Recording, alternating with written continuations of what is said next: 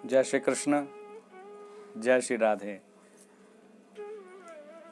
भाद्रपद कृष्ण पक्ष अष्टमी तिथि और रोहिणी नक्षत्र और रात्रि के ठीक 12 बजे मेरे प्रभु बालकृष्ण लाल, वो पूर्णतम ब्रह्म, वो परमात्मा जो अकारण करुणा वरुणालय है, भक्तवांछा कल्प तरु हैं, ऐसे ही अनंत कोटि ब्रह्मांड नायक भगवान आज किसी मनुष्य देह का आश्रय लेकर के, गर्भ का आश्रय लेकर के देवकी मैया और वसुदेव जी के घर पर प्रकट हुए हैं।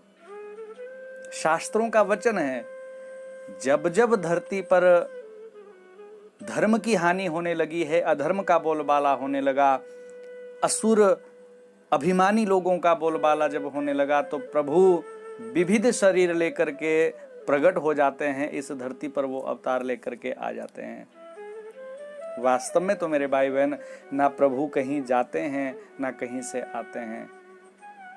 जिस तरफ नजर उठा करके देखो, देखने की दृष्टि होनी चाहिए। जिस तरफ भी नजर उठा करके देखें और जिस तरफ भी प्रभु को हम देखना चाहें, वो उसी समय वहां पर प्रकट हो जाते हैं। वो आना जाना तो उनका है ही नहीं।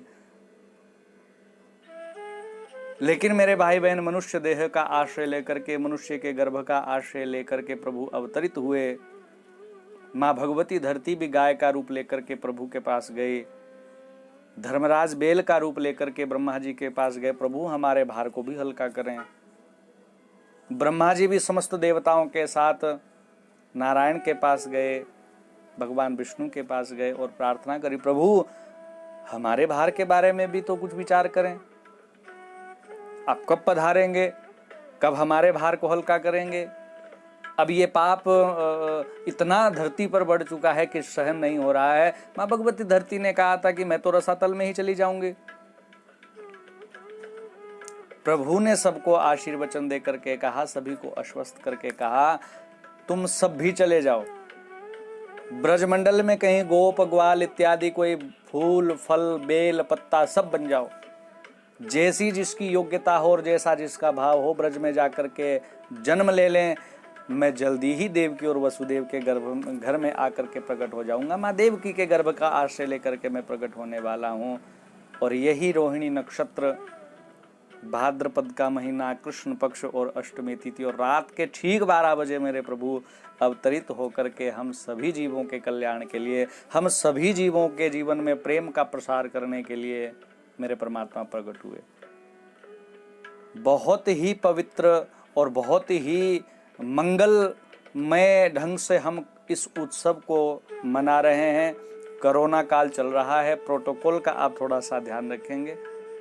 2 गज की दूरी और मास्क है जरूरी। इस नियम का पालन करते करते आप श्री प्रभु के इस अर्चा अवतार का, लड्डू गोपाल जी जो भगवान के हैं वो अर्चा अवतार हैं, तो इसी अर्चा अवतार यानी कि लड्डू गोपाल जी की नित्य सन्निधि में बैठ कर के आप दुग्ध अभिषेक करके खूब पवित्रता से आप श्री भगवान को भोग अर्पित करें, उनके जन्म उत्सव को मनाएं, भगवान के प्रगट उत्सव को मनाएं। खूब माखन मिश्री का भोग लगा करके श्री लड्डू गोपाल जी को संतुष्ट करिएगा। श्री प्रभु तो हमारे गुण और गुणों को देख लेते हैं, अब गुणों को तो प्रभु देखते ही नहीं है। अर्चावतार में ना जाने कितने अपराध हमसे हो जाते हैं, लेकिन प्रभु ने कभी भी हमसे नाराजगी नहीं रखी। हम उन सब दोषों को प्रभु भूल जाते हैं और हमारे प्रेम और हमारी भावना को श्री प्रभु याद रख करके हम सब जीवों के ऊपर कृपा करते हैं। मेरे भाई बहन, चैतन्य कृपा परिवार की ओर से, मैं समस्त गुरु परंपरा की ओर से आप सभी को कृष्ण जन्माष्टमी की बहुत बहुत बहुत मंगलमय बधाई देता हूँ। गुरु चरणों में प्रणाम करके, श्री गुरु चरणों का आशीर्वाद लेकर के आप सभी के लिए भी मैं मंगल कामनाएं करता हूँ। आप प्रसन्न रहें, आप स्वस्थ रहें। ये समय भी जो चल रहा है वो भी बीत जाएगा मेरे भाई बहन। आप गुरु कृपा से जुड़े रहिए, आप ईश्वर कृपा से जुड़े रहिए। चैतन्य कृपा परिवार की तरफ से, समस्त स्वजन परिजनों की तरफ से, परिकर शिष्य परिवार की तरफ से, सब आपके लिए, सबके लिए मंगल कामनाएं। आप सब प्रसन्न रहें। लाला आपके जीवन पर खूब कृपा करें, श्री ठाकुर जी आपके जीवन पर कृपा करें। वो अकारण करुणा वरुणालय आपके जीवन पर कृपा करें। आप सभी को बहुत बहुत बधाई के साथ आपसे विदा। जय श्री कृष्ण, जय श्री राधे।